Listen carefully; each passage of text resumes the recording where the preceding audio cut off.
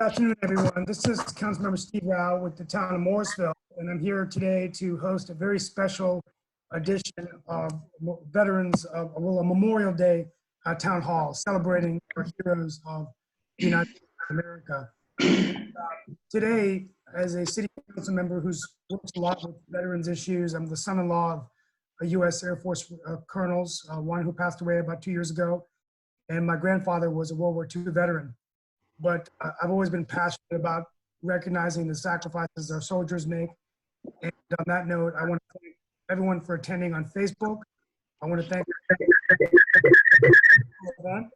and we also want to thank Radio Murchie. This will be broadcast on Radio Murchie, which is the South Asian, largest South Asian radio station in North Carolina. It's aired on 99.9 FM HD4, 101.9 FM Durham, and 1490 AM.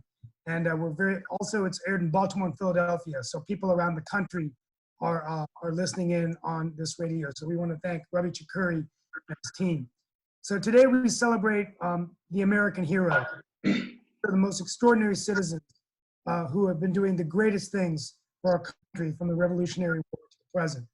I'm going to have a closing message at the end, but before we get on to our wonderful guests that we have, I would ask that on this occasion that we play taps in honor of all of those brave soldiers who gave their lives so this nation could endure. I ask anyone listening, if you're not in a car, to please stand as we play taps for the fallen soldiers of our country.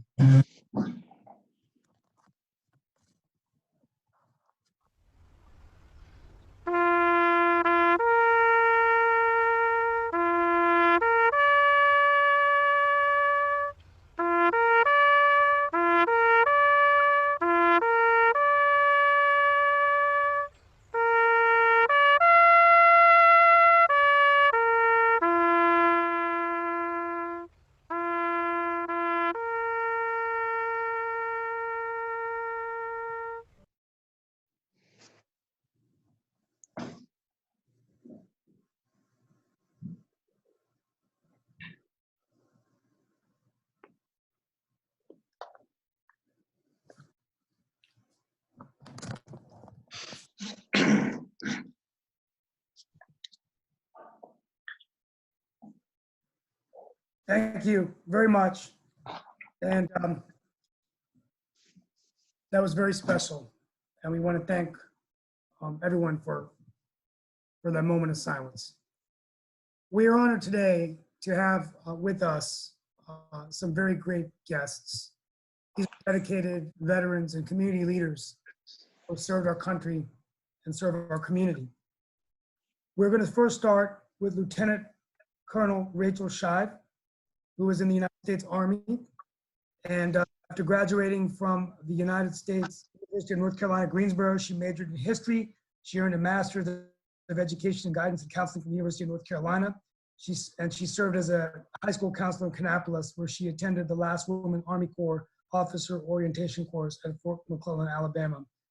Her branch is the Adjutant General Corps with a secondary special in logistics. And in 1987, prior to an assignment at West Point, she earned a PhD in educational administration. And she served as a battalion logistics officer for the 227th Aviation Battalion in Fort Hood, Texas. And she's just a dedicated veteran, so we want to thank her for being here. We're also joined today by her husband, Lieutenant Colonel Donald Shive, United States Army retired, just as his wife. And he was in operations, his secondary specialty was in operations research. He's a graduate of West Point, graduated in 1964, and he has served in army units in Germany during the Cold War as an infantry company commander in Vietnam and as a senior armor advisor to the Saudi Arabian Royal Army during Desert Storm. He also served at the Pentagon as a test and evaluation and program manager for the Army M1 tank program. Donald, thank you for your service to our country, both you and Rachel, and for being with us today. We are also joined, I'm just going through all the introductions before we dive right into the questions.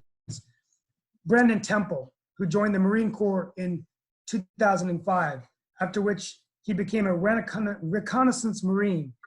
Brendan went on 4 deployments: Operation Iraqi Freedom, Operation Enduring Freedom, and 2 Marine Expedition Force deployments in 2011 and 2014.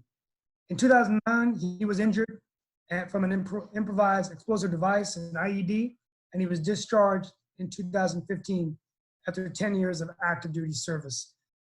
Brandon, we welcome you to this town hall radio broadcast Memorial Day town hall, and we thank you for being with us. And finally, we have a good friend of mine, Arun Singh, who is not a veteran or soldier, but has done so much to help our military community as a global businessman, as the former president of Tide Carolina, and the founder of the Support the Troops golf tournament, which I think they raised hundreds of thousands of dollars for wounded warriors, providing scholarships, and one of the largest golf tournaments for veterans and soldiers in the United States of America. So Arun, we thank you for being here to share your perspective as well. So we're going to dive right into some questions. The way this is going to work is I'm going to basically ask each of you a question, and then we're going to come back for a second question, and then we're going to leave it time for some open discussion just about if any citizens out there listening want to chime in about Memorial Day. So I'm going to start with Rachel. And Rachel, I guess my first question is going to be the same for all of you. What does this day mean to you today, Memorial Day? And it's got a different, not a different significance, but there's just so much our country's going through right now in a war against a global pandemic. So what is your perspective today? On Memorial Day, we remember and honor all military who died in the service of our country, and particularly those who died in battle or from battle wounds. When I think of Memorial Day, my mind goes back to the Revolutionary War and all the conflicts to the present where Americans have suffered and died in the service of our country. But Memorial Day also brings to mind 9/11, when terrorists hijacked 4 commercial airliners. With 2 jets, they took out the towers, both towers of the World Trade Center, and they tore into the Pentagon, and the 4th flight crashed in a field in Pennsylvania. My last assignment before retirement in 1997 was at the Pentagon. I was the management support officer, the MSO for the Deputy Chief of Staff for Personnel. And in this job, I had a staff of about 15 military and civilian personnel. Just before 9/11, most of the Army personnel offices moved from their old location in the Pentagon to newly renovated offices on the 2nd floor, on the west face of the Pentagon. On 9/11, the hijackers plowed into the Pentagon just underneath their offices.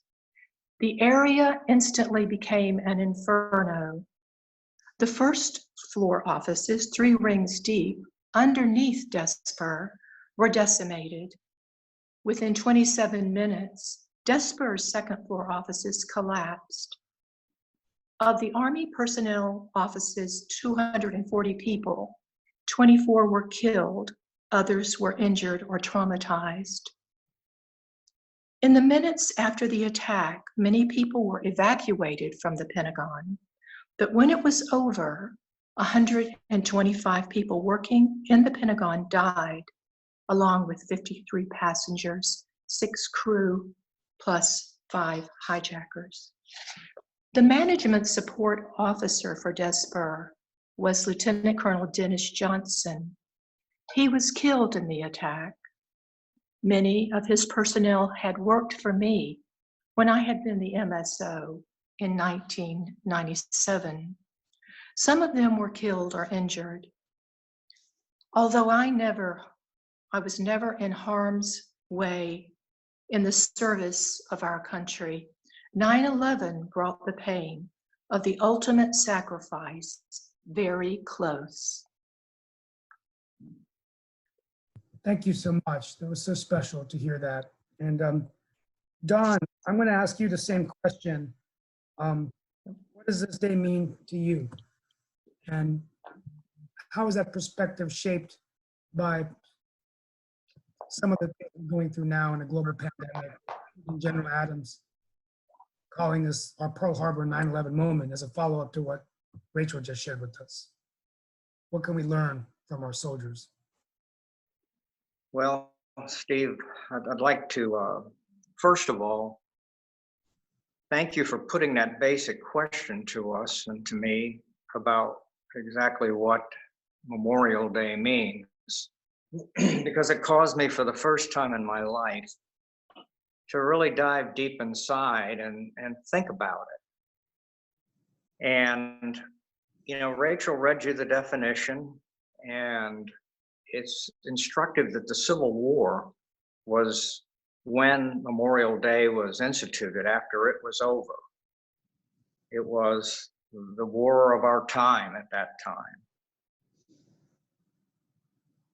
I looked at the Memorial Day and I thought, there's a larger Memorial Day that we all celebrate every year that has to do with all the killed in action, but it also includes their families and friends.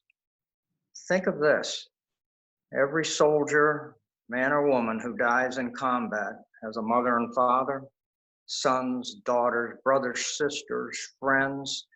You've got to multiply every killed in action by a large factor of people who are suffering the grief of their loss. But it also says how great this country is in that we celebrate this every year. I don't know historically whether other countries have an overall Memorial Day for their service people who die in the service of their country. I know some of them celebrate the end of World War I, et cetera, but we celebrate the loss of our treasured life every year in a very tangible and public way. But there's another part to Memorial Day which I got in touch with because of your question, and that's the personal level of it. And there's another level of grief and immediacy that the comrades of the killed in action and their leaders have to deal with. And I'm talking primarily about the leaders at the lowest levels, the platoon leaders, the company commanders, the squad leaders and platoon sergeants that are giving the orders which result in the death of their men. As a company commander in Vietnam during the Tet Offensive, the worst fighting of the war, I was a witness to it all. And my experience as a company commander, which covered the entire half of the year of 1968, I lost over 80% of my men killed and wounded in a space of 4 months. And that was typical during that period of time. And I always thought of their families. It almost haunted me. The children who will never know their fathers and mothers. You know, these were the people, and Brandon knows this. You're there with the people who are dying and thinking about the consequences of it as much as you could during those circumstances where you mostly just got on with the effort at hand. It's a young man's, the business of dying in war is a young man and young woman's domain. And it is a young man and young woman's domain to be the leaders on the ground, which lead them through, you know, these wars. And then there are the enemy soldiers that you kill and their families. But that's another story. You wanted me to mention about the analogy of a Pearl Harbor moment. Are we going to go on for a second question on that, or? Yeah, I'll come back to you for a second. Okay, come back to me on that. Okay. Yes. So, Brandon, I guess I'll combine your question. You know, first of all, you know, you've been on 4 deployments, and you know, you're a really young guy.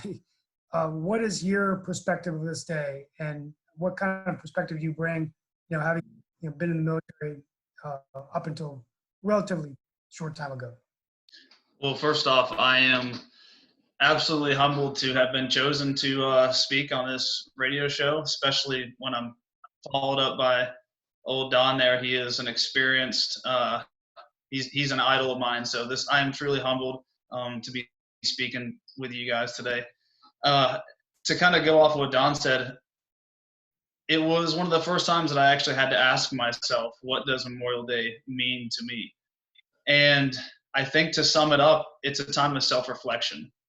It's a time of self-reflection of how I live my life every day.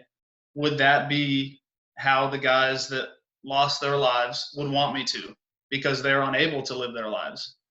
Every day, every decision that I make, I look down at my wrist at the bracelet that I wear for one of the guys that we lost in Afghanistan, and I ask myself, what would he do in this situation? Would he approve? Would he do it differently? Because we are the living legacy of those guys and women who died. And every single day I try to uphold the standard that they would have wanted me to. And it is truly, it is very humbling. To be on this radio show with Don, you know, I compare our wars present day to wars past. And when I was injured, my mother said that she got a play-by-play book of what time I had gotten injured, where I was being flown to, what time it was. And to think about how she was kept informed that well, to how somebody during World War I or World War II or Vietnam, to where their family may have never heard from them for years. They didn't know if they're dead or alive. I consider myself very lucky. So, you know, to compare now to then, I mean, we are just very fortunate. Thank you so much. We'll be coming back to you. Arun, you know, you, of course, I want to ask you the same question, but as you deliver your answer, you have a very interesting story. I mean, you're a businessman, very engaged in the community. Why veterans? Why soldiers? It's become such a passion of yours, and it's quite frankly an inspiration to many in the community of the emotion at your events in June, just the power of seeing the veterans get those checks and the stories being told. There wasn't a dry eye in the room. But tell me a little bit about what this day means to you and what you've learned from your experience bringing golf tournament and other things that you do. Yeah, thank you, Steve. First of all, I'll just echo that what Brandon has said. I'm just honored to be on this panel with Brandon and Rachel and Don, and it's extremely a privilege of mine to be here. So thank you for letting me speak on this occasion. What Memorial Day means to me is it's taking a day to stop and say thank you. You know, I grew up in India. I came to this country when I was 21 years old. Had a lot of friends and family in Indian who served Indian Army. So I knew them very closely coming to US. When I came to North Carolina, I started somewhat getting back into thick of things in terms of getting to know more US troops personnel. And through this golf tournament, it was for me to kind of take some time to galvanize a lot of my civilian friends to say thank you. There's nothing we can do. There's no dollar amount. There's no accolades that we can give would ever repay the debt that we live. As I see in your backdrop, you know, cemeteries, and you go to Virginia, Arlington Cemetery, you see the US flags on cemeteries. As civilians, that how lucky we are to have folks like Don and Brandon and their friends signing up to go protect this great country.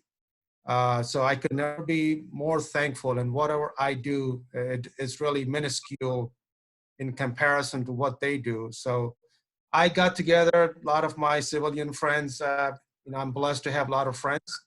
Even now, they support me wholeheartedly throughout the years. So I have a very easy job to put together a day of celebration to say thank you to our troops. And that's really what we do, and try to have these tournaments over 9 years, we have been able to raise over $1 million. So very proud of the fact, and I want to thank all my friends in Raleigh and beyond in different parts of the country that who have supported me for this great cause. Okay, thank you so much, Arun. Very inspiring. We're going to come back now to Rachel. Rachel, tell us a little bit about your Army career and your source of commissioning. Tell us a little bit about that experience. As you mentioned, before entering the Army, I was a guidance counselor, and I served mostly at the high school level. And I placed great emphasis on our students, their opportunities for post-high school training or education or military experience. But I also wanted to help them get financial aid when they were going to school. I learned about military opportunities from the local military recruiter. And in the process, I found out there was a military opportunity for me, that I could enter the Women's Army Corps, the Officers Orientation course, and become an officer in the Army. And though I loved being a counselor, I thought the military would be a great opportunity. So I applied, and in 1977 was accepted, attended, and graduated from the last class of the Women's Army Corps. I didn't know it was the last class until I attended. But since there were other sources of commissioning for women, the ROTC and also West Point, they no longer needed to bring civilian women in through the WAC course. So I attended quartermaster school after that, and that's when I went to the 227th Aviation Battalion, and I also served as the battalion motor officer. And I had a lot to learn fast, but with good NCOs and soldiers, I received a quick and thorough education. When I think back to that tour of duty, I'm grateful for the opportunity to have been assigned to the Army installation which had the most combat units anywhere in the world. That's where you learn what the real Army is all about. And after my tour at Fort Hood, I switched the AG Corps at the Adjutant General Corps, which is the personnel and administrative management for the Army. And I had various AG jobs. But in my heart, having been an educator, I wanted to serve at the United States Military Academy. In 1985, I was given an assignment in the Dean's office, which came with 2 years of graduate study, which I used to earn a PhD. But the position I was going to was lost while I was in graduate school. I was very fortunate though, because there was a position in the Behavioral Sciences and Leadership Department, and I was able to spend 3 years teaching there.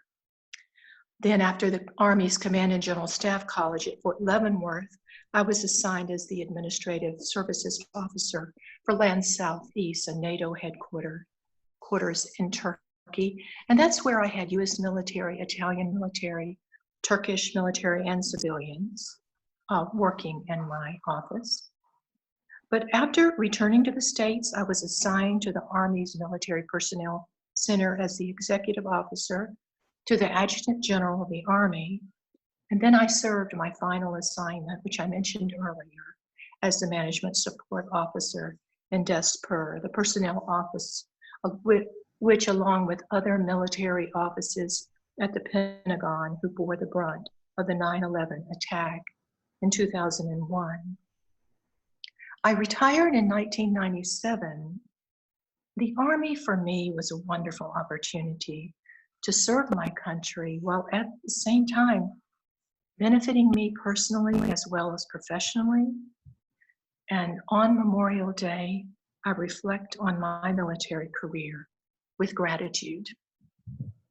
Well, thank you. That's an excellent answer. You guys are just providing such wonderful information. So Don, my question is for you. As I was saying as I was about to ask you, Surgeon General Adams has said this Pearl Harbor moment. And we are in the middle of a war right now. It's a war in our healthcare system. It's a war in our economy with 38 million Americans out of jobs. That's 1 in 5 Americans. Right here in North Carolina, 1.3 million, 1.2 million. Well, you know, as Steve said, the current situation has been likened to a Pearl Harbor moment. And it certainly, you know, is a comparison to be made to some degree. How it relates to Pearl Harbor is that whenever you think of Pearl Harbor, just like when you think of 9/11, which was truly a Pearl Harbor, and that was a Pearl Harbor for Brandon's generation. And Brandon's generation and the ones that have followed have been fighting the war that started up until this day. And I certainly have nothing but the highest regard for Brandon and his contemporaries and all the generations that have stood up and joined the military and fought our conflicts for us to defend not only ourselves, but freedom in the world. The thing about Pearl Harbor, it evokes certain things like unawareness, unpreparedness, underestimating the enemy. And all of this demands vigilance, you know, which is a heavy price to pay, which we always balk at. And we always seem to get caught up short by these surprise attacks. It's the nature of things. And from these experiences, we've just got to hopefully get more resolve to stay prepared for not only wars, but the natural battles we have to fight, like we are now with this virus. But I have full faith that we'll beat this one, just like we have been victorious in all the conflicts that we have engaged in. That's a great answer. And I think that's a message that we need to be sharing with our youth and just everybody. It's time for us to come together as Americans. Brandon, you've been on 4 deployments. You were injured in your last one. Talk to us a little bit about, as a soldier and a veteran, what that experience was like. I mean, when we are just so grateful that you're better, but you were, you know, I can't even bring the words out to ask you the question. I get emotional when I see you all do so much for our country. So just talk to us a little bit about your return back. And as you now look back at your career, what is it that we need to be thinking about on our military, our veterans, the soldiers? Sort of an open-ended question, but I want to give you a chance to sort of tell your story, if you don't mind. Yeah, so I actually want to kind of go off of what Don had said something a minute ago. You know, one of the things that amazed me the most during my career was when you get people from all over the country and people from outside of the world too, that come together for one cause and they're there for one reason. You know, they're unselfish about it. It is amazing what can be accomplished. Pearl Harbor, right, to go off of Don, it was a tragedy, right? We were underprepared. We didn't think that the enemy could do or would do what they did. However, when we came together afterwards, we were unstoppable. And America continues to prove that time after time. We may get beat down, but when we come together, it is unbelievable what we can accomplish. And I know sometimes we lose sight of that, but it is such an important thing. And I was just amazed while in my time in the military, dealing with all different branches, all different people from all different backgrounds. We came together and we accomplished what we needed to accomplish. And that's one of the things that I'll keep with me for the rest of my life. And also, Rachel, to go off of you. So this year has been kind of special for me. My wife and I, we had a little girl, and it really changes the perspective of things. You know, what if I have a girl? What if I have a boy? What am I going to do? And Rachel, I just want to thank you for being one of those leaders for women that my daughter can look up to one day, for paving the way for her generation to be able to do things that you probably may have not had the opportunity to do. So I thank you and everybody else who led the way in that fight. So I was injured in 2009 in Afghanistan. I was struck by improvised explosive device, and fortunately, I lived to tell the tale. My injuries were not as bad as some. I have all my limbs, and so I was injured in 2009, and a couple of the guys that were in my team got medevac to Germany. They're doing fine now, but I chose to stay. I had the option to go to Germany or to stay, but I know that I would have never been able to live with myself if I did not stay. There was too much going on, and I just felt an obligation to. It didn't matter. I was staying. So I finished the deployment in Afghanistan, and we came back. And then from there, I went on 2 more deployments. They weren't so a MEU, for those who are listening who aren't sure what a MEU is, it's a Marine Expeditionary Unit. So it's getting back to Don's day when the Navy gives us a ride places. So we were on a ship for, I think the first deployment was 9.5 months, and the second deployment was close to 11 months. And we went all over the Persian Gulf, we're a maritime response force. And to kind of go off of, and I know Don understands this, is, you can't do stuff alone. And even though there's bickering back and forth between the Army and the Marines and the Navy, I mean, that's to be expected, right? Right, Don? The Marines are better than the Yeah. Army, right? Yes. Yep. But like I said, it was truly amazing how everybody was there for each other. I just can't stress that enough. And I got out in 2015 after 10 years of service, and I still talk every month. I talk to people. We have a group chat every single day where I'm talking to people that I served with. It's important to check in with one another. I mean, that is the biggest thing, is people who get lost and don't have anybody to talk about things with. And I know Don knows this as well. It is so important, if you have any problems, to be able to reach out to people who understand what you're going through. And I consider myself so lucky to have the friends that I do.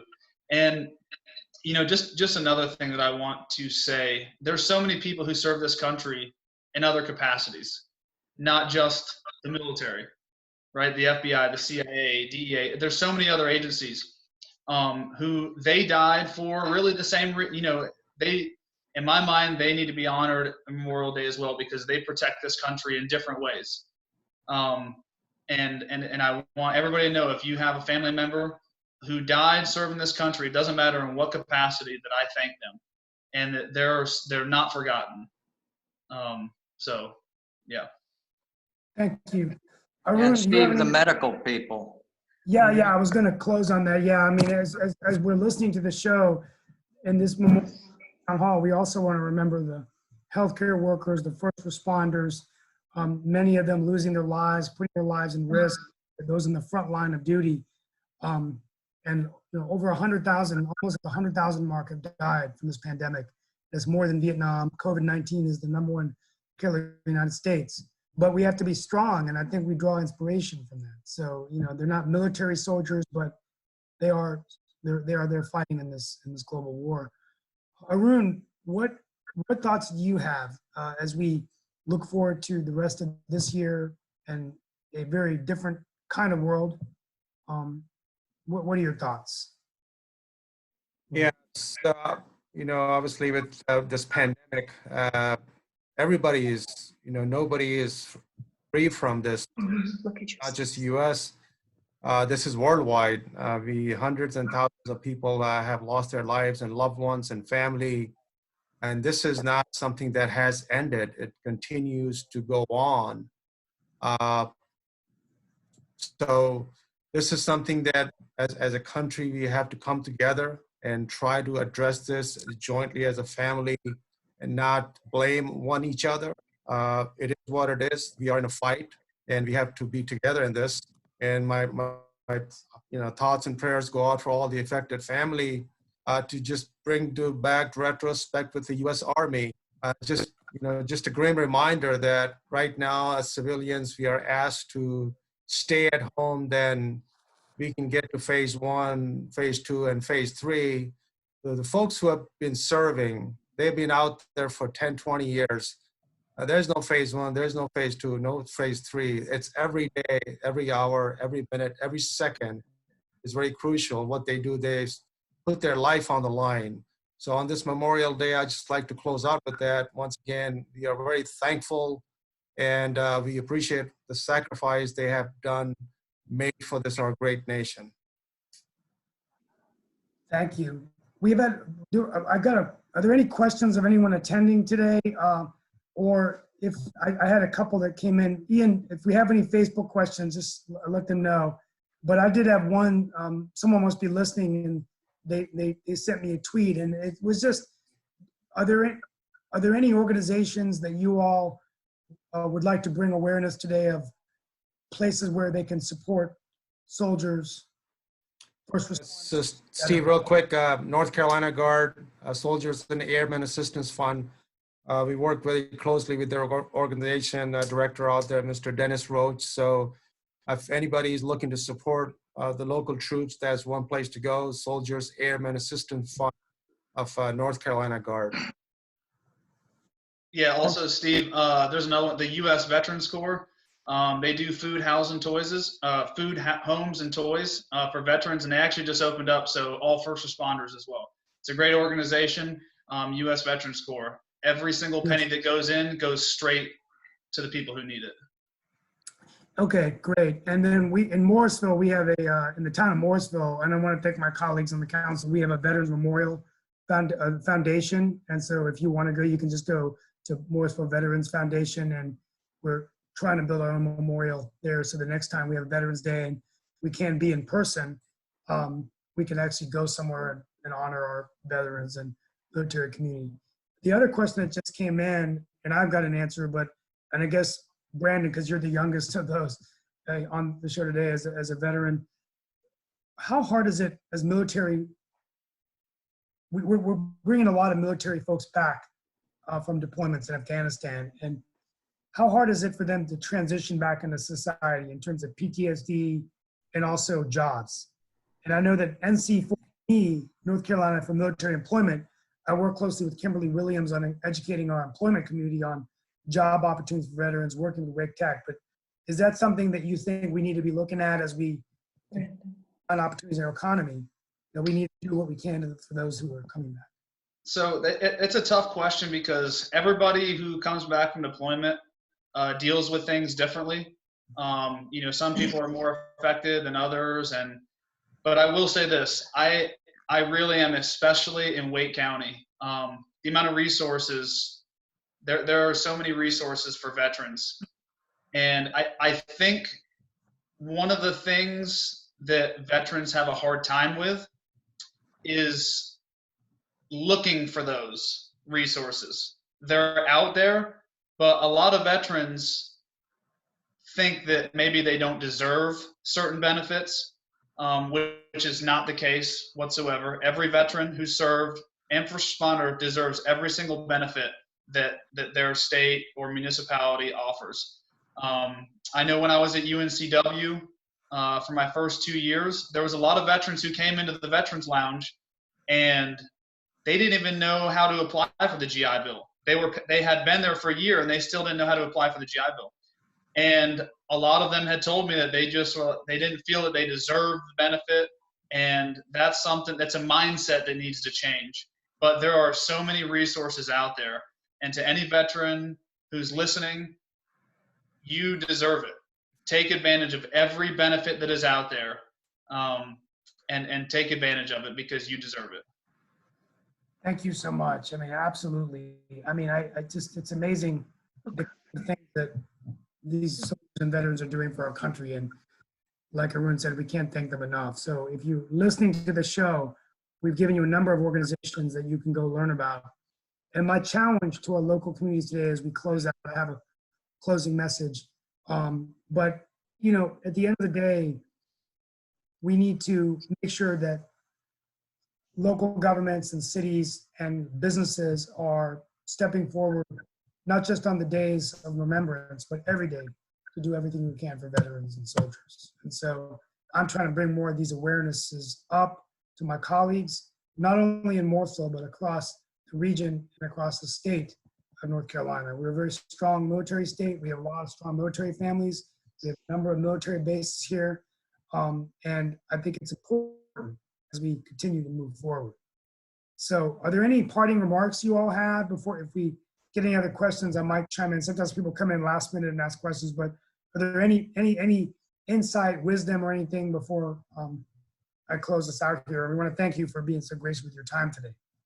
Steve, can I say something real fast? I want to thank both of you, Arun and yourself, because, you know, you guys are from, Arun's from India, and he came to this country, and he is one of the forefront leaders for American veterans. And I mean, there's obviously Americans who don't do nearly as much as he do. So the fact that you weren't even born in America and you are here now supporting veterans like you do, my hat is off to you. I am truly humbled to be one of your friends. So I really do appreciate that. And one thing, if you don't mind, that my wife and I were talking about earlier, you know, to talk to the younger people. And like I said, I'm not old by any means, but I think it's so important to know that actions have consequences, both good and bad. When you do something, do it because it's the right thing to do. Don't do it because of any accolades that you may get or who's watching. Do it because it's the right thing to do. And if you do that, your future self will thank you. And it's hard to think about that at the time, but do what's right when you know what's right. Thank you so much. I mean, it's, well, you know, first of all, I want to thank everyone for attending tonight. If you're listening on the radio across the Triangle region and the state of North Carolina, we've been honored to host this Memorial Day Town Hall, and I'm going to be doing more of these virtual town hall meetings. This pandemic has actually shifted the way I'm interacting with my constituents from the region and the state. So we want to thank you. We want to thank Radio Murchie for being so gracious to host this live broadcast. And Arun Singh, thank you for bringing these guests, Donald, Rachel, Brandon. Thank you for having us. Oh, it's been an honor. And, you know, as I close out, my father-in-law, my late father-in-law was an immigrant to the United States. He came with my mother-in-law many years ago, and they enlisted in the United States Air Force. And they retired as colonels. And shortly before he passed away, his granddaughter, who's now a freshman at UNC, she asked him what were the three things he was proudest of. And this was about 2 weeks before he passed away. And he said, I was proud of marrying my wife and coming to America to become a doctor. But the most important thing was serving in the United States military along her side and meeting the finest soldiers in our nation.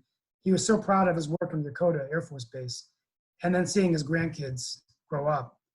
And over the years, he reminded me of the great sacrifices that our military make. And I always think of him as I look at the military, because, you know, we are celebrating today. It's a sad day. Memorial Day is also a day of celebration, because we're celebrating the fact that the United States of America has, from the Revolutionary War to the present day, had the honor of seeing the greatest soldiers sacrifice because of the freedom they're providing us. And he often reminded me that we shouldn't remember how they died, but how they lived. Because there's no sacrifice greater than what they do. And last night, I watched the Memorial Day celebration on PBS, and the stories of the Tuskegee Airmen, the World War II veterans, the greatest generation, storming the beaches of Normandy, the testimony of just World War II veterans who saw people die, losing arms and legs right in front of them, in shock. To see that and to know that our nation overcame it gave me a sense of hope for anybody listening that says, what's going to happen to America? What's going to happen to the world? Like Donald Shive said, we're going to be okay. And I'll close out with my favorite words from President Abraham Lincoln. And General Powell mentioned this in his remarks on the fields of Gettysburg, not knowing whether America would live on. And he said that we cannot honor, we cannot hallow this ground, for the brave men who gave their lives here have consecrated it far above our power to out of the track. But is rather for us the living to be dedicated to the task remaining before us. And we hereby resolve that these dead shall not have not in vain, and that this nation under God shall have a new birth of freedom. And that the government of the people, by the people, and for the people shall not perish from the earth. I know the Gettysburg Address by heart, but those words, I think, resonate even stronger today in 2020 than they You're did, right, Steve. as strong as they did in the 1800s. Mhm.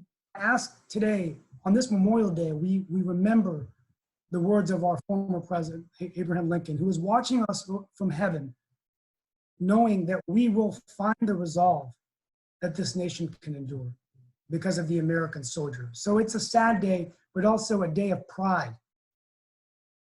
I held off on going on tears as I close out, but I wanted to thank you because that's the kind of emotion that we want to remember this occasion. So on that note, I want to thank each of you.